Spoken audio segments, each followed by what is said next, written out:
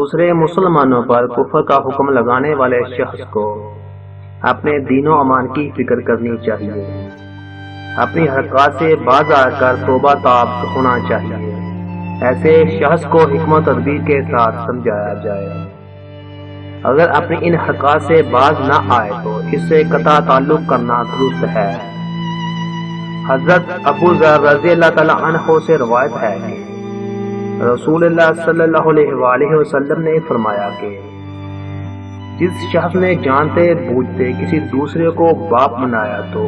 یہ بھی کفر کی بات ہے، اور جس شخص نے ایسی بات کو اپنی طرف منسوب کیا جو اس میں نہیں ہے تو ایسا شخص بھی ہم میں سے نہیں ہے،